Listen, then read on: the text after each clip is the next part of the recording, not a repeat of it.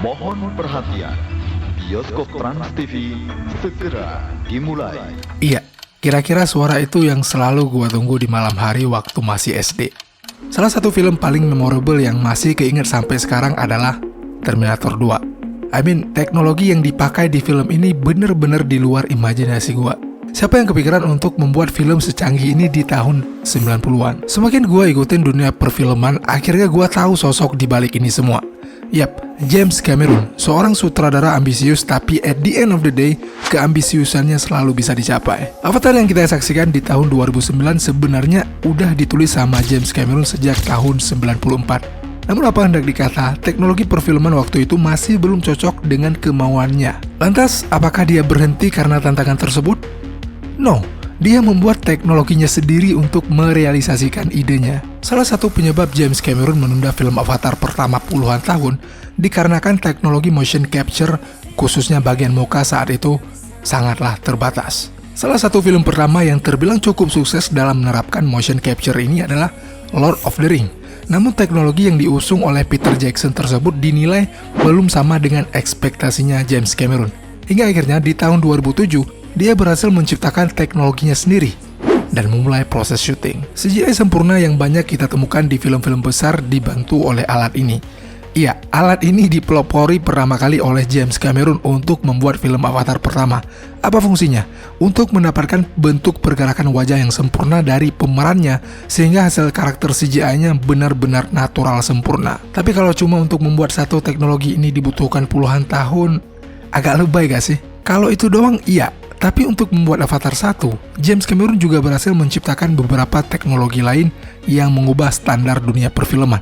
Seperti kamera 3D yang dikenal dengan nama Vision Camera System, di mana kamera ini memungkinkan digunakan secara portable dan ringkas, jauh berkembang dari teknologi kamera 3D sebelumnya yang besar sekali, bising dan tidak ringkas. Selain itu, teknologi ini juga memungkinkan James Cameron untuk mendapatkan real-time render yang bertujuan untuk melihat preview hasil akhir dari adegan-adegan yang diambil, sehingga memudahkan dia dalam mengambil angle-angle yang bagus dan sempurna untuk digunakan di dalam film nantinya.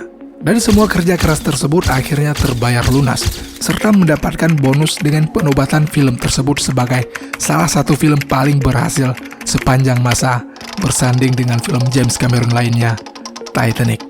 Gila nih orang emang. Karena keberhasilan tersebut, tentunya para penikmat film menuntut sequelnya. James Cameron menjanjikan sequel Avatar 2 dan 3 di tahun 2014 dan 2015. Nothing happened. Kemudian ada kabar bahwa dua sequel ini digeser hingga 2020 dan 2021. Sekali lagi, nothing. And then, lagi-lagi di tahun 2022, James Cameron mengumumkan bahwa Avatar akan dirilis tahun 2022 dan 2024. And you know what? Kali ini James Cameron menepati janjinya. Tapi ada satu pertanyaan yang masih belum terjawab. Why the is this movie took so long? Gak tau sih, kan gue bodoh.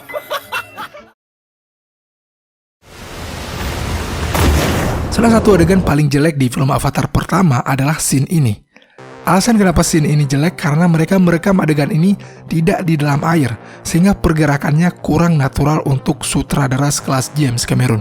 Tentunya dia tidak mau mengulangi kesalahan yang sama di film Avatar The Way of Water yang notabene banyak adegan di dalam air. Akhirnya James Cameron memutuskan untuk mengambil adegan langsung di dalam air dari sebuah kolam buatannya yang diisi dengan 3,4 juta liter air. Dan para aktor dan aktrisnya juga dituntut untuk mampu menahan nafas di dalam air. Dan hasilnya, Kate Winslet berhasil bertahan 7 menit tanpa bernafas, mengalahkan rekor Tom Cruise yang hanya mampu bertahan 6 menit ketika pembuatan film Mission Impossible Rogue Nation. Namun ada satu masalah di sini. Teknologi motion capture untuk menangkap pergerakan badan dan wajah di bawah air lagi-lagi belum mencapai ekspektasinya James Cameron. Tertundalah proses syuting Avatar 2 hingga beberapa saat. Awalnya, untuk merekam di bawah air, biasanya orang-orang film akan menggunakan kamera jenis seperti ini, besar dan rumit. Untuk membuatnya anti air, dipergunakanlah housing pelindung anti airnya. Namun penggunaan housing seperti ini membatasi area yang bisa dijangkau oleh kamera, sehingga sudut pengambilan gambarnya akan sangat terbatas, sempit dan kurang sempurna. Setelah beberapa tahun, akhirnya Sony membantu dengan mengeluarkan sebuah kamera yang lensanya tidak menyatu dengan bagian mesin utama, sehingga lebih ringkas untuk dibawa ke dalam air. cukup lensanya aja, dan pada tahun 2015, kamera canggih tersebut dikonfigurasi ulang oleh Powell Achtel untuk merekam Avatar 2 dalam mode 3D. Setelah ditemukan kamera tersebut, barulah James Cameron bisa melanjutkan ambisi dan imajinasi liarnya di film Avatar The Way of Water. Dan kira-kira, teknologi apa lagi yang mampu dicapai oleh James Cameron sehingga bisa mengubah standar dunia perfilman? Tulis pendapatmu di kolom komentar. It's all over.